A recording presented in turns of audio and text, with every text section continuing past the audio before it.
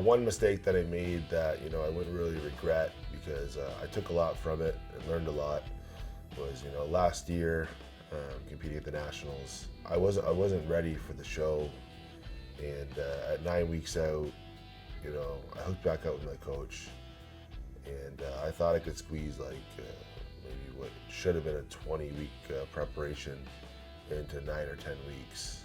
I probably should have just pulled out of the show, but I was like, no, I was riding a lot of momentum from the year before, and I wanted to do the show. So I tried to squeeze, 20-week preparation into 9 weeks, and I wouldn't regret it because, doing that show and not doing as well as, I hoped for, really gave me a newfound motivation and for this year, to bust my ass or prove myself that I'm going to be the best bodybuilder in the country.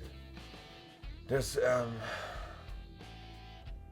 think, a tough experience for me that kind of, roughened me up was when my father, he left me and my mother when I was 12 or 13 years old, and then my mother was kind of overwhelmed with the being a single parent situation, because she had, of course, she had to work a full-time job and stuff like that. So she put me into a boarding housing school, which wasn't kind of nothing like luxurious. Okay, it was not pretty there. Okay, yeah, I was a pretty skinny kid at the time. I started lifting at 15 years old at 125 pounds. And of course I got picked on, and I always was the smallest kid, the weakest. And then I started lifting, like I said, like I probably have seen the story before, or probably have heard me tell the story before, in this basement weight room. And all by myself. I did it all by myself. I had no trainer, and everything I did was by experiment. And so basically where I am today is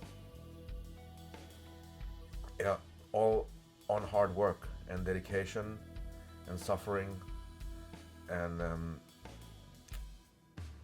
there's no luck involved, no. But I wouldn't change a thing. I wouldn't, trade the hard work that I did for, just getting a gift, having it given to me.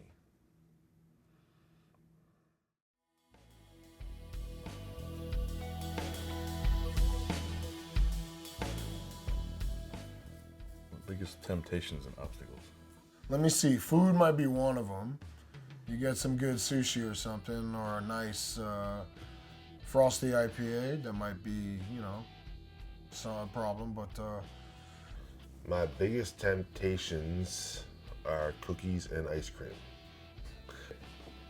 I just like to eat too much. Everybody says that, but it's just, you work out all day and have a crazy workout and go home and eat something that you don't like day after day after day, meal after meal. It's like it can just really get to you. So I think for bodybuilders, food is so,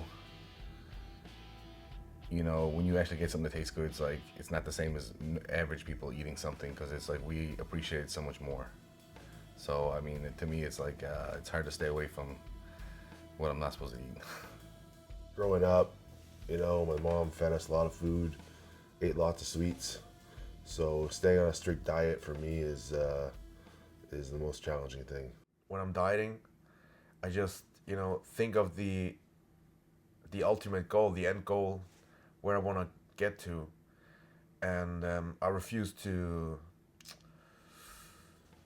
trade the temptation that I have right now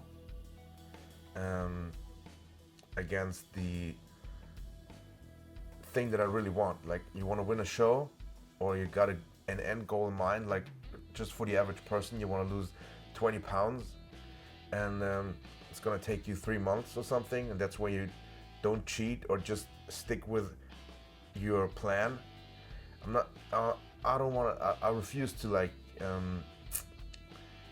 I said, change this temporary temptation against the ultimate goal that I'm shooting for.